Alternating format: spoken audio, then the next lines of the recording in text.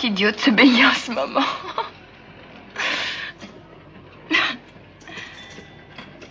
À 91 ans, Brigitte Bardot reste une énigme vivante. Icône des années 60, sex-symbole adulée puis militante radicale pour la cause animale, elle n'a jamais cessé de provoquer des vagues d'admiration et de colère. Mais derrière l'image de la star, il y a une vérité plus rugueuse. Bardot n'a jamais eu peur d'attaquer, parfois violemment, celles qu'elle jugeait contraires à ses convictions. Et parmi elles, certaines des femmes les plus célèbres de notre temps. Ce que peu de gens savent, c'est que Bardot a bâti sa légende autant par ses films que par ses affrontements publics. Quand une actrice ou une chanteuse osait se draper de fourrure, quand une intellectuelle tentait de définir l'essence de sa féminité, ou quand une première dame incarnait un pouvoir politique qu'elle exécrait, Bardot sortait ces mots comme d'autres sortent des armes. Son franc-parler, souvent perçu comme brutal, a laissé des cicatrices dans l'histoire culturelle française. Aujourd'hui, à travers cette confession inattendue, nous allons explorer cette femme que Brigitte Bardot a publiquement critiquée, accusée ou humiliée. Cet portrait qui dessine en creux la personnalité d'une femme qui n'a jamais voulu se taire. Chacune de ces histoires révèle un fragment de vérité, un éclat de conflit, un reflet de l'époque. Mais ce qui rend ce récit encore plus captivant, c'est la sixième femme. Car elle ne vient pas du cinéma, ni de la musique, mais du cœur du pouvoir. Et sa présence dans cette liste a surpris, choqué, et fasciné plus d'un. Alors, restez avec nous.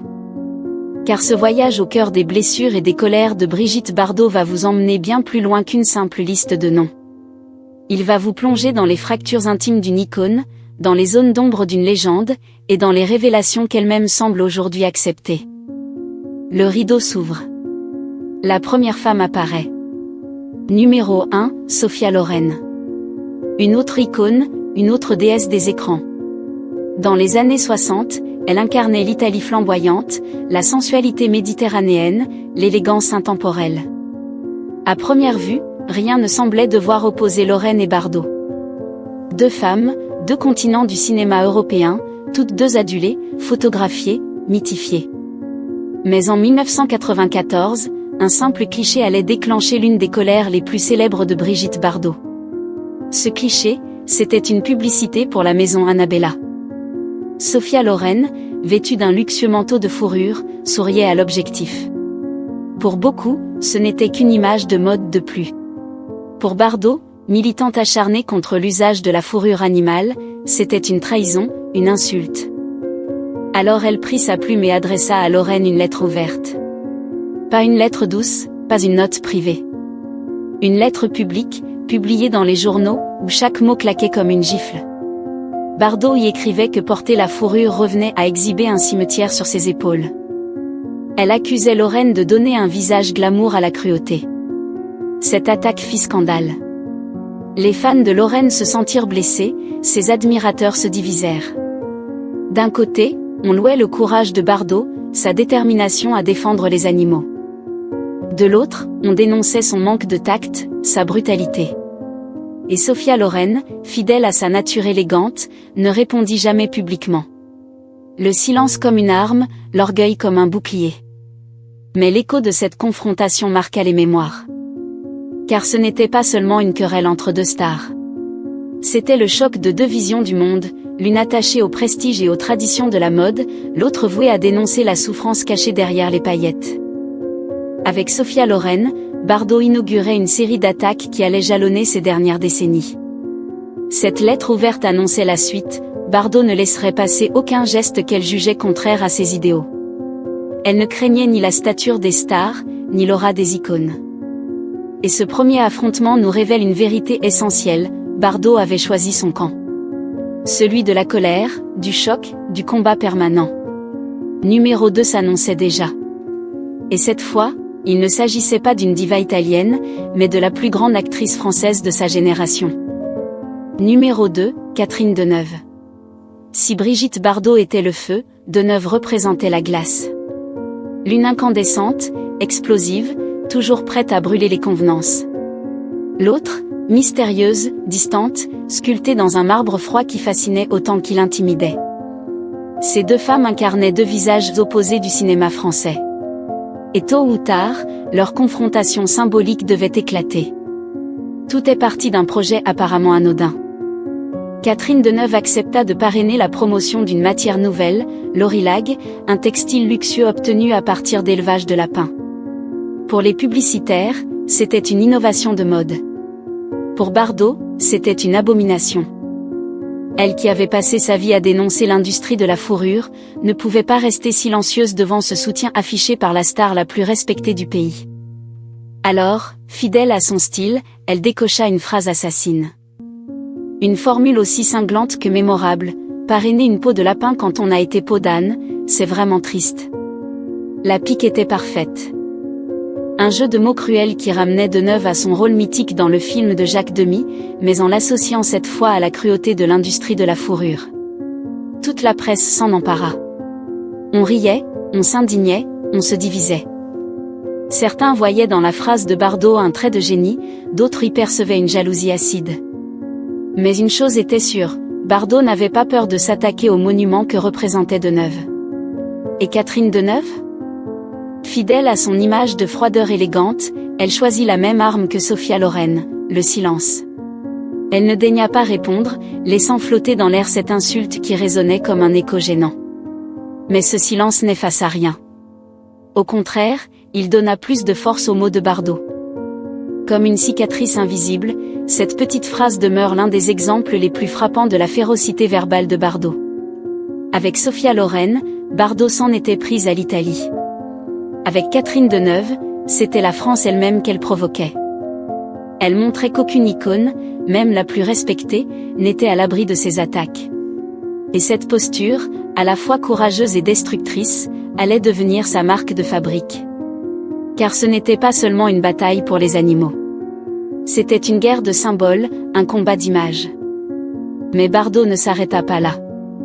Après avoir ciblé deux grandes actrices, elle allait bientôt tourner ses mots contre une figure différente, une femme venue du monde de la musique et de la mode, qui allait porter son nom sur un accessoire devenu légendaire.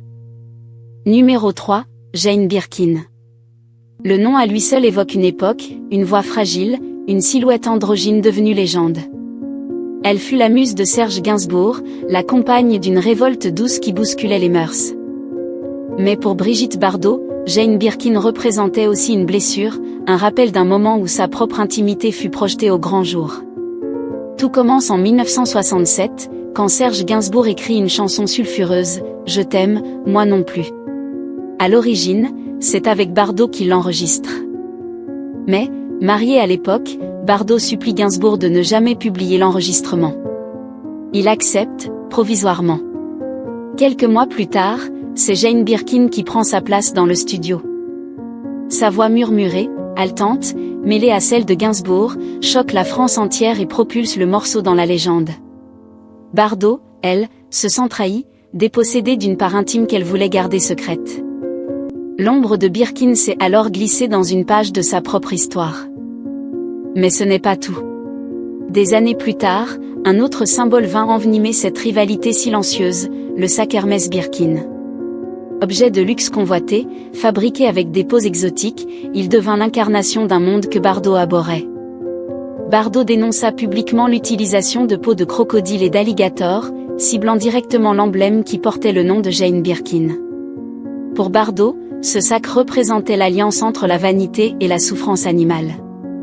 Et Jane Birkin, malgré ses propres prises de position plus nuancées, restait pour Bardot une figure associée à cette cruauté. Il y a dans cette confrontation quelque chose de paradoxal.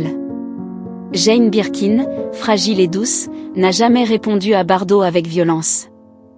Elle incarne une sensibilité, une délicatesse, qui contraste avec la fureur brute de Bardot. Pourtant, le destin les a liés, par une chanson interdite et par un sac devenu objet de scandale. Deux femmes si différentes, et pourtant enchevêtrées dans la même mémoire collective. Avec Jane Birkin, Bardot ne se battait plus seulement contre une image glamour. Elle affrontait une légende vivante qui, par hasard ou par destin, avait pris sa place dans la musique et dans la mode. Cette rivalité silencieuse nous dit beaucoup sur Bardot, son incapacité à tolérer l'ombre, son besoin de crier contre ce qu'elle perçoit comme une injustice, son refus de rester spectatrice. Mais l'histoire ne s'arrête pas là. Car parfois, Les mots les plus durs ne viennent pas de Bardot elle-même, mais de celles qui l'ont jugée, critiquée, insultée. Numéro 4, Marianne Faithfull. Icône rock, muse des Rolling Stones, survivante d'excès et de désespoir. Sa voix grave, cassée, porte les cicatrices d'une vie passée entre gloire et enfer. À première vue, rien ne la reliait vraiment à Brigitte Bardot. Pourtant, leur destin croisé par la célébrité et la provocation finirent par s'entrechoquer. Et cette fois, ce ne fut pas Bardot qui lança la première attaque, mais Marianne Faithfull elle-même. Dans une interview des années 2000, Faithfull, connue pour son franc-parler brutal, lâcha une phrase qui fit l'effet d'un coup de tonnerre, « Well, we all know Bardot is an idiot ». La formule était crue, sans détour. Traiter une légende nationale de « idiote », c'était oser briser un tabou. Pour Bardot, habitué à décocher des flèches, recevoir une telle insulte fut comme un miroir tendu, une blessure publique. Pourquoi Faithfull ? Peut-être parce qu'elle voyait en Bardot une caricature de la célébrité, une femme prisonnière de sa propre image. Peut-être aussi parce que les convictions politiques et sociales de Bardot, souvent controversées, heurtaient une artiste engagée dans d'autres combats. Quoi qu'il en soit, cette attaque révéla une autre facette du mythe Bardot, celle d'une femme non seulement redoutée pour ses coups d'éclat, mais aussi méprisée par certaines de ses contemporaines. La presse s'empara de la phrase. On commenta, on débattit. Était-ce une jalousie ? Était-ce une vérité que d'autres n'osaient pas dire ?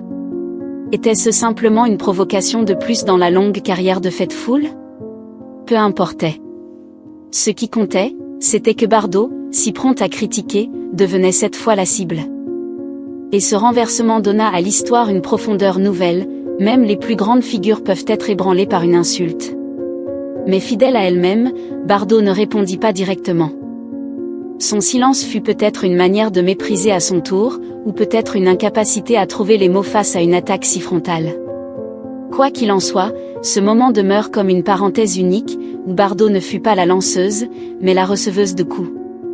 Avec Marianne Faithfull, l'histoire prend une tournure particulière. Car elle illustre une Bardot vulnérable, exposée, critiquée à son tour. Et cette fragilité, paradoxalement, rend son personnage encore plus humain. Une légende peut attaquer, mais une légende peut aussi être blessée. Et ce n'était qu'un prélude. Car bientôt, ce ne serait plus une rockeuse ou une actrice qui braquerait le projecteur sur Bardot, mais l'une des plus grandes intellectuelles du XXe siècle. Numéro 5, Simone de Beauvoir. Philosophe, écrivaine, figure du féminisme mondial. Son nom évoque le deuxième sexe, son combat pour l'émancipation des femmes, sa relation avec Jean-Paul Sartre. A priori, rien ne semblait relier cette intellectuelle rigoureuse à Brigitte Bardot, star sulfureuse et instinctive. Pourtant, leurs chemins se sont croisés d'une façon inattendue, dans un texte resté célèbre, Le syndrome Lolita. Dans cet essai publié en 1959, Simone de Beauvoir s'attarde longuement sur le phénomène Bardot. Elle y décrit la jeune actrice comme une incarnation nouvelle de la féminité moderne, mélange d'innocence enfantine et de sensualité provocante. Mais sous la plume de la philosophe, ce portrait n'a rien d'un hommage. C'est une analyse froide, parfois cruelle, qui réduit Bardot à un symptôme social. Elle n'est pas une femme avec ses contradictions, mais un syndrome, une construction culturelle. Autrement dit, Bardot devient un objet d'étude, disséqué au nom d'une idéologie. Pour Bardot, ce texte fut vécu comme une condamnation.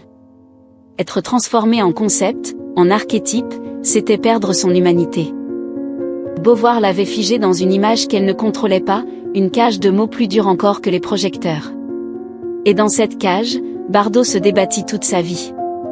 Car l'essai de Beauvoir marqua les esprits, influença la presse, façonna le regard d'une génération sur la star. Dès lors, Bardot n'était plus seulement une actrice, elle était le symbole de la Lolita française, une caricature dont elle ne parvint jamais à se défaire. La confrontation n'eut jamais lieu en face à face. Bardot n'insulta pas directement Beauvoir, et Beauvoir ne s'adressa plus jamais à Bardot. Mais entre elles, il y avait cette fracture silencieuse, une femme de raison qui observait, et une femme de passion qui souffrait d'être observée. Une philosophe et une star, séparées par un gouffre d'incompréhension. Et dans ce gouffre se lisent les contradictions de toute une époque, celle des années 60, où les femmes cherchaient à se libérer mais se retrouvaient encore prisonnières d'images fabriquées par d'autres. Avec Simone de Beauvoir, l'histoire change de nature. Ce n'est plus une querelle de mode ou de musique. C'est un affrontement symbolique, presque métaphysique, entre deux visions du féminin. Et cet affrontement, encore aujourd'hui, nourrit les débats. Était-ce un éclairage lucide ou une réduction injuste? Était-ce une analyse nécessaire ou une blessure inutile? Les spectateurs de Bardot, les lecteurs de Beauvoir, continuent de s'interroger. Mais la suite réserve une surprise bien plus grande encore.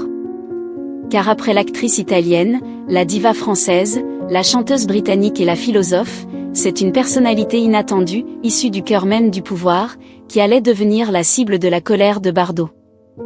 Numéro 6, Brigitte Macron. Et voici la surprise. Car après les actrices, les chanteuses et les intellectuels, personne ne s'attendait à voir apparaître dans la ligne de mire de Brigitte Bardot la première dame de France. Pourtant, le nom de Brigitte Macron est bien sorti de sa bouche, dans une série de déclarations publiques où Bardot exprimait son mépris envers le pouvoir en place. Depuis des décennies, Bardot n'a cessé de dénoncer les gouvernements successifs, accusés de négliger la cause animale. Mais avec Emmanuel Macron, la colère a pris un visage particulier. Car Bardot n'a pas seulement attaqué le président. Elle a parfois élargi ses critiques jusqu'à inclure Brigitte Macron, symbole féminin du couple présidentiel, qu'elle accusait d'indifférence face à la souffrance animale. Pour Bardot, voir la première dame incarner le raffinement, l'éducation, la modernité, tout en fermant les yeux sur la chasse, la tauromachie ou l'abattage industriel, relevait de l'hypocrisie. Les mots de Bardot furent violents, inattendus. Dans des interviews, elle reprocha au couple présidentiel de n'avoir rien fait pour les animaux, et Brigitte Macron fut entraînée dans cette accusation collective. Le choc fut grand. Car cette fois, Bardot ne s'en prenait plus à une star de cinéma ou à une chanteuse internationale. Elle osait viser une femme au cœur du pouvoir politique français. Le contraste était saisissant, une actrice à la retraite, recluse à Saint-Tropez, défiant la première dame installée à l'Élysée. Cette attaque souleva des réactions partagées. Certains y virent une provocation inutile, une méchanceté gratuite. D'autres, au contraire, saluèrent le courage de Bardot, sa constance dans le combat. Mais une chose est certaine, en s'attaquant à Brigitte Macron, Bardot franchissait une ligne. Elle montrait qu'aucune figure publique, même la plus intouchable, ne pouvait échapper à ses colères. Et pourtant, derrière cette confrontation se cache une ironie. Brigitte Macron, enseignante devenue première dame, n'avait jamais fait de la cause animale une priorité. Elle n'avait pas non plus cherché à affronter Bardot. Mais par son silence, par son rôle d'épouse du président, elle devint malgré elle une cible. Une silhouette élégante transformée en adversaire symbolique. C'est ce retournement qui rend ce sixième nom si fascinant. Car il révèle le pouvoir de Bardot, celui d'imposer ses batailles, d'entraîner dans sa guerre même ceux qui n'y avaient jamais demandé place. En mettant Brigitte Macron dans sa liste noire, Bardot prouvait que ses critiques ne connaissaient ni frontières ni hiérarchie. Elle pouvait frapper les stars, mais aussi les épouses présidentielles.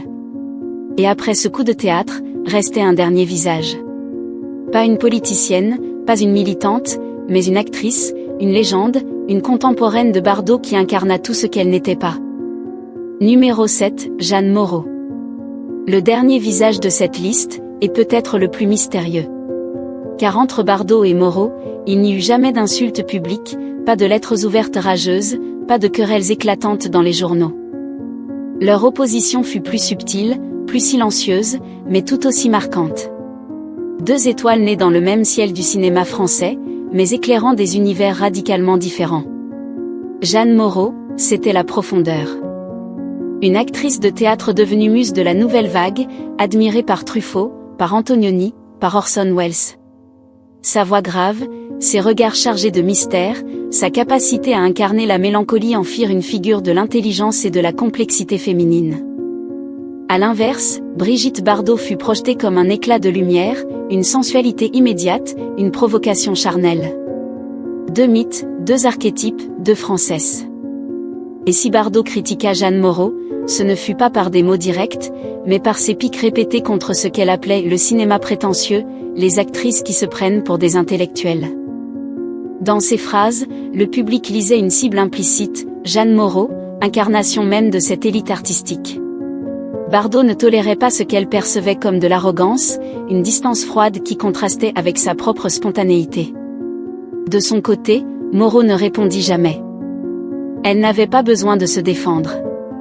Sa carrière parlait pour elle, ses rôles devenaient des arguments irréfutables. Mais ce duel silencieux, ce jeu de miroir, nourrit l'imaginaire collectif. D'un côté, Bardot la rebelle, explosive, insoumise. De l'autre, Moreau l'intellectuelle, sombre, fascinante. Et entre elles, une rivalité fantôme qui en disait long sur les fractures du cinéma français. Avec Jeanne Moreau, la boucle se referme. Car à travers elle, Bardot ne s'attaquait pas seulement à une femme, mais à une vision entière de l'art. Moreau représentait ce que Bardot refusait d'être, sérieuse, cérébrale, inscrite dans un monde d'hommes cultivés. Ce rejet traduit la solitude de Bardot, son isolement croissant, son incapacité à se sentir à l'aise dans le panthéon artistique.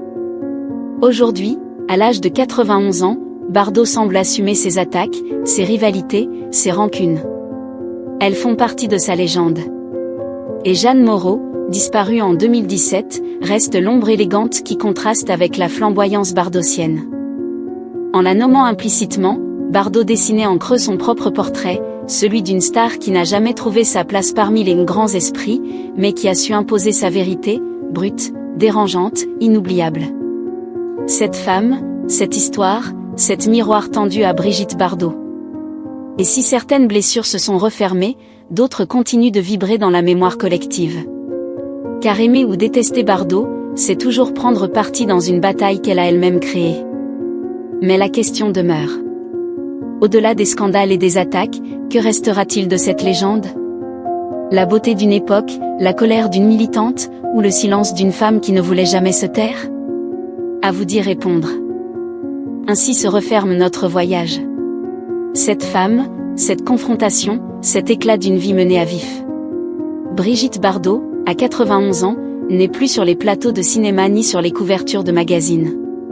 Mais ses paroles, ses colères, ses blessures continuent de résonner. Car Bardot n'a jamais été une star comme les autres. Elle fut un cri, une provocation, un refus permanent de se plier aux règles. Et ses attaques, parfois injustes, parfois courageuses, dessinent en creux le portrait d'une femme qui n'a jamais voulu se taire. On peut la juger dure, excessive, cruelle. On peut aussi l'admirer pour son franc-parler, sa constance, son obstination à défendre une cause qui la dépassait. Quoi qu'il en soit, Bardot a marqué la mémoire collective autant par ses films que par ses mots. Et ces mots, qu'ils aient visé Sophia Loren, Catherine Deneuve, Jane Birkin, Marianne Faithfull, Simone de Beauvoir, Brigitte Macron ou Jeanne Moreau, sont devenus partie intégrante de sa légende. Au fond, ce que révèle cette liste, c'est une Bardot multiple. L'enfant rebelle devenu sexe-symbole. La star de cinéma transformée en militante radicale. L'icône adulée devenue figure controversée. Et dans cette mosaïque de contradictions, chacun peut y lire ce qu'il veut, la beauté, la révolte, la douleur ou la solitude. Aujourd'hui, il ne reste plus que le silence de la Madrague, sa maison de Saint-Tropez. Un silence parfois troublé par des interviews chocs, mais surtout peuplé de souvenirs. Et nous, spectateurs d'un autre temps, nous nous demandons, qu'allons-nous retenir de Bardot? Ses films, ses amours, ses scandales? Ou bien cette voix qui, jusqu'au bout, osa dire ce qu'elle pensait, quitte à blesser? Peut-être est-ce là le vrai héritage. Celui d'une femme imparfaite, excessive, mais inoubliable. Une femme qui, par ses éclats, nous oblige à réfléchir sur nous-mêmes, sur notre rapport aux icônes, à la vérité, à la liberté. Si cette histoire vous a surpris, abonnez-vous à Hollywood Mémoire et partagez vos émotions en commentaire. Car au fond, Bardot nous appartient à tous, entre fascination et rejet, entre lumière et ombre.